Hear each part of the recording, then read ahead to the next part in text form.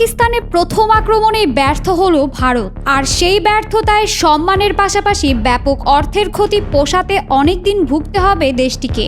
পাকিস্তানের দাবি অনুযায়ী আক্রমণে অংশ নেওয়া 5টি রাফাল বিমান ভূপাতিত করেছে দেশটি, যার মূল্য $100 কোটিরও বেশি। ফ্রান্সের তৈরি এই রাফাল বিমানের উপর অতিরিক্ত ভরসা করে ভারত আরও 26টি কেনার বায়না করেছে, যার জন্য ভারতকে গুনতে হবে $740 কোটি। কিন্তু ফ্রান্সের এই 5th প্রজন্মের যুদ্ধ বিমানের ব্যর্থতায় ভারতের এখন মাথায় হাত। সম্মানের পাশাপাশি $মিলিয়ন ক্ষতি মেনে নিতে পারছে না মোদি সরকার। ভারতের অন্যতম আকাশ শক্তি ছিল ফ্রান্সের তৈরি রাফাল যুদ্ধ বিমান, যাকে ভারত ঘোষণা করেছিল 5th জেনারেশনের সবচেয়ে সর্বাধুনিক আর ভয়ঙ্কর যুদ্ধ বিমান বলে। কিন্তু সেই রাফালই আটকে গেল পাকিস্তানের চীনা রাডারের জালে। পাকিস্তানের আকাশ শক্তির প্রায় শতভাগই চীন আর তুরস্ককে দিয়ে সাজানো। যুক্তরাষ্ট্রের যুদ্ধ বিমান থাকলেও সেটা আক্রমণে ব্যবহার করা যাবে না চুক্তি অনুযায়ী। আর ভারত, ইসরায়েল, যুক্তরাষ্ট্র ফ্রান্সের শক্তিতে বলিয়ান। ফ্রান্সের 5th জেনারেশনের শক্তিকেই ভারত প্রথম ভরসা করে পাকিস্তান আক্রমণে আকাশে ছেড়ে দেয়। কিন্তু ভরসার সেরা অস্ত্র রাফাল চীনা রাডারে ধরা পড়লে পাকিস্তান ভূপাতিত করে মাটিতে নামিয়ে আনে। ভারতের দম্ভ চূর্ণ হয়ে ভূপাতিত হয় পাকিস্তানের ভূখণ্ডে। বান্ডেল থাকলে প্রতি সেনমানিতে টাকা বাঁচবে। বিকাশ সেনমানি বান্ডেল কিনে জিতুন প্রতি লেনদেনে। পাকিস্তান আক্রমণে তাই 3টি রাফাল ব্যবহার করে দেশটির বায়ুসেনারা। কিন্তু সব রাফালকে খেলনায় পরিণত করেছে পাকিস্তান। 3টি রাফাল সহ আরও 2টি যুদ্ধ বিমান ভূপাতিত করেছে পাক সেনারা। আর এতেই ভারতের আকাশ শক্তি নিয়ে প্রশ্ন উঠেছে খোদ দিল্লিতেই।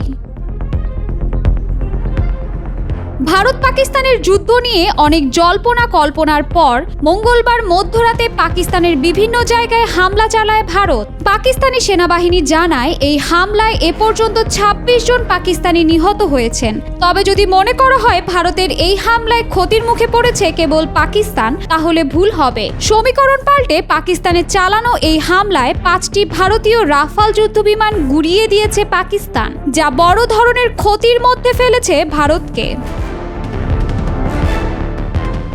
ভারতের 5টি যুদ্ধ বিমান ভূপাতিত করার দাবি করেছে পাকিস্তান। পাকিস্তানি সামরিক বাহিনীর মুখপাত্র জানান এর মধ্যে 3টি ফ্রান্সের তৈরি রাফাল, একটি রাশিয়ার তৈরি Su-30 ও অন্যটি MiG-29 যুদ্ধ বিমান। Su-30 ও MiG-29 যুদ্ধ বিমান সোভিয়েত আমলের তৈরি। পাকিস্তানের সঙ্গে ক্রমবর্ধমান উত্তেজনার মধ্যে গত মাসের শেষের দিকে খবর পাওয়া যায় ফ্রান্স থেকে আরও 26টি রাফাল যুদ্ধবিমান কেনার চুক্তি করেছে ভারত। ভারতের হাতে থাকা 36টি রাফাল যুদ্ধবিমানের সঙ্গে নতুন 26টি এলে দেশটির রাফাল যুদ্ধবিমানের বহর আরও শক্তিশালী হওয়ার প্রত্যাশা করা হচ্ছিল। কিন্তু প্রথম আঘাতেই ভূপাতিত হয়ে ফ্রান্সের তৈরি রাফাল তার সক্ষমতার পরিচয় দিতে পারেনি। ভারতের এই রাফাল যুদ্ধবিমান কেনার খবরে এটি মোটামুটি আন্দাজ করা হয়েছিল যে এই যুদ্ধ বিমানগুলোর লক্ষ্য হয়তো পাকিস্তানি হবে, কারণ সম্প্রতি পেহেলগামে হওয়া সন্ত্রাসী হামলার জের ধরে ভারত পাকিস্তানের মধ্যে উত্তপ্ত সম্পর্ক বিরাজ করছিল। কূটনীতিকরা ধারণা করেছিল যে কোনো সময় যুদ্ধ বেঁধে যেতে পারে প্রতিবেশী এই দুই দেশের মধ্যে।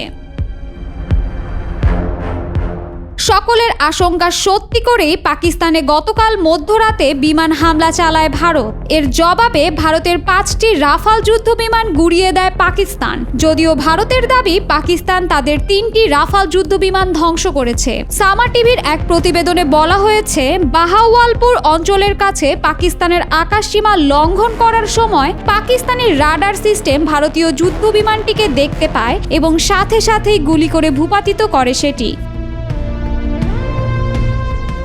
নিজেদের সামরিক সরঞ্জাম দ্রুত আধুনিকীকরণের প্রচেষ্টার অংশ হিসেবে ফ্রান্স থেকে এসব যুদ্ধ বিমান কেনে ভারত। প্রথম আলোর এক প্রতিবেদনে বলা হয় এই 26 রাফাল যুদ্ধ বিমানের মূল্য প্রায় $740 কোটি। রাফাল যুদ্ধ বিমানগুলো তৈরি করেছে ফরাসি মহাকাশ সংস্থা দাসো এভিয়েশন। বলা হয় এগুলো ভারতের নিজেদের তৈরি বিমানবাহী রণতরী থেকে পরিচালিত হবে।